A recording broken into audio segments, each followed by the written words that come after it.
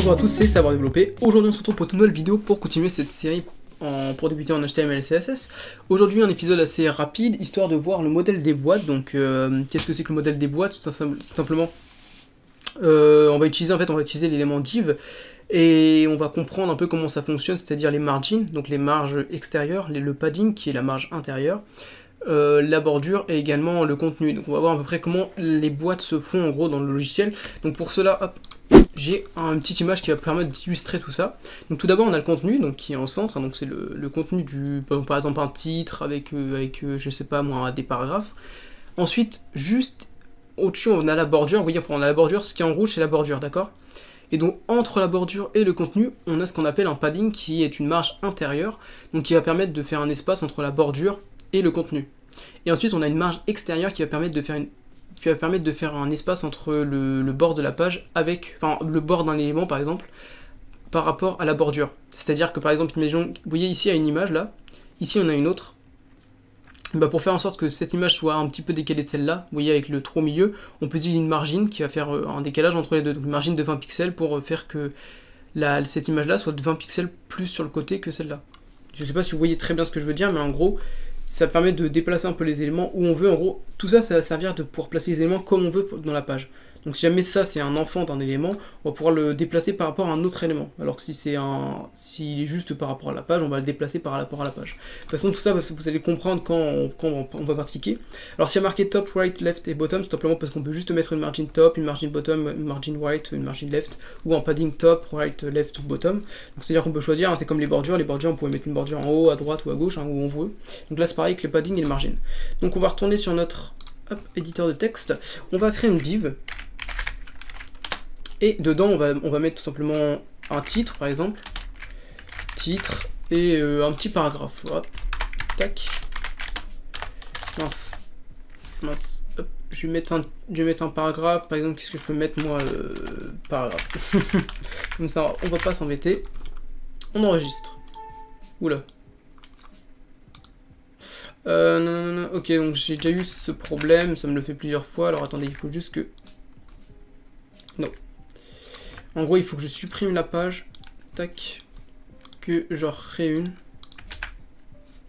en HTML5, donc un petit bug qu'on a souvent avec ce logiciel, et je le enregistre une deuxième fois, et je vais l'appeler, bon bah je vais la remettre, juste ici, test.html,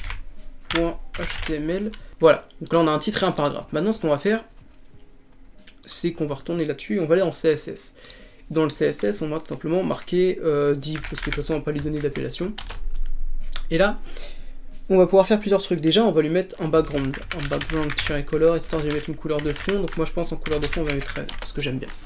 On va lui donner aussi une largeur. Donc ça sera la largeur en soi de l'élément. Donc là, on va mettre width, on va mettre 500, ouais, 500 pixels, ça me paraît bien. Et en height, on va mettre 2.300 pixels. Donc là, déjà, on va pouvoir voir ce que ça donne. Tac.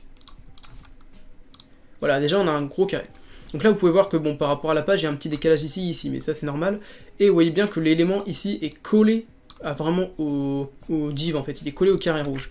Donc pour modifier ça, mince. Déjà, on va mettre une bordure histoire que vous compreniez. Une border, des points, on va mettre une border normale. Non, pardon, c'est 5 pixels, solide et ensuite black. Voilà, je déraille un petit coup. Voilà. Donc là on a une petite bordure qui est apparue autour du carré rouge. Donc là on a, comme sur l'image, on a donc au milieu le contenu, donc qui est ça. Et également tout le carré rouge. Et on a la bordure donc qui est en rouge. Vous voyez, ce qui est en rouge là, ça c'est la bordure. Donc là on a ces deux éléments. Maintenant on va mettre un padding, donc qui est la marge intérieure qui va pouvoir permettre de faire une séparation entre le contenu et la bordure. Donc pour faire ça, on va juste ajouter un padding, donc on pourrait mettre padding top et tout, donc là on va juste mettre padding, ensuite je vous montrerai avec la margin pour faire un margin top, une margin right, etc.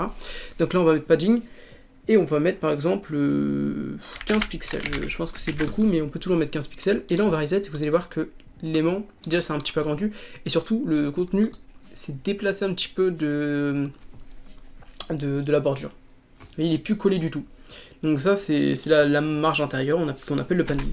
Ensuite on peut faire la margin. Donc là, je vais mettre une margin-top et une margin-left. Donc Déjà la margin-left, on va lui mettre 150 pixels. Et la margin-top, on va lui mettre 300 pixels, donc qui va faire que, non, 300 pixels, qui va faire qu'en gros, l'élément va être déplacé de 300 pixels en haut et 150 pixels à gauche. Et voilà, donc là, vous voyez bien qu'il y a 300 pixels et il y a 150. Enfin, on voit pas qu'il y a 300 pixels, mais on voit bien que là, il y a beaucoup plus d'espace qu'ici. Donc c'est ça qui fait, comme sur l'image, donc là, on a la marge extérieure qui nous permet de déplacer l'élément par rapport à son élément parent, donc là, qui est la page. On a la marge intérieure, donc qui permet de déplacer le contenu, de séparer le contenu de la bordure, et ce qui fait que du coup, tout est un petit peu déplacé, et grâce à ça, on va pouvoir s'amuser à bien gérer nos éléments dans la page. Donc là, c'est par rapport à la page, mais on aurait pu faire tout simplement que ce div se déplace par rapport à un div qui est au-dessus de lui. C'est-à-dire par rapport à un élément parent. Mais ça, bon, on va pas voir ça, parce que ça serait une perte de temps. Je pense que vous avez compris le principe. Si de toute façon vous n'avez pas compris, posez-moi les questions dans les commentaires. En tout cas, cet épisode a été plutôt rapide, je sais, mais j'espère que vous l'avez bien compris, parce que c'est quelque chose de très très important en HTML, pour pouvoir vraiment, HTML, CSS, pour pouvoir bien positionner ces éléments, etc. Je sais que moi, par exemple, j'ai passé pas mal de temps avant de comprendre ce que c'était. J'espère qu'en tout cas, cette petite image vous aura bien fait comprendre ce que c'est. Donc je vous l'afficherai, je pense, parce que c'est quand même important de vraiment savoir ça, parce qu'il faut vraiment bien le comprendre en fait, il faut savoir comment ça fonctionne et surtout le comprendre. En tout cas, d'ici le prochain épisode, n'oubliez pas de liker, commenter, partager, de vous abonner, ou pas liker, pas commenter, pas partager, pas vous abonner. Allez, bye tout le monde, c'était Savoir Développer. J'ai des mots de crâne boy, va me falloir plus que de l'aspirine. Il reste des traces de mes péchés dans ma poitrine, va me falloir plus que du white spirit. Comme un mannequin dans une vitrine, je regarde les gens passer sans aucune émotion. Je les regarde se flatter les uns les autres, s'envoyer des fleurs, ouais, se raconter des mensonges. Je suis pas d'humeur à faire des grands sourires, ouais, faire comme si j'aimais tout le monde. Si t'as pas d'ennemis, c'est que t'as pas d'avis ou t'as pas de couilles, non.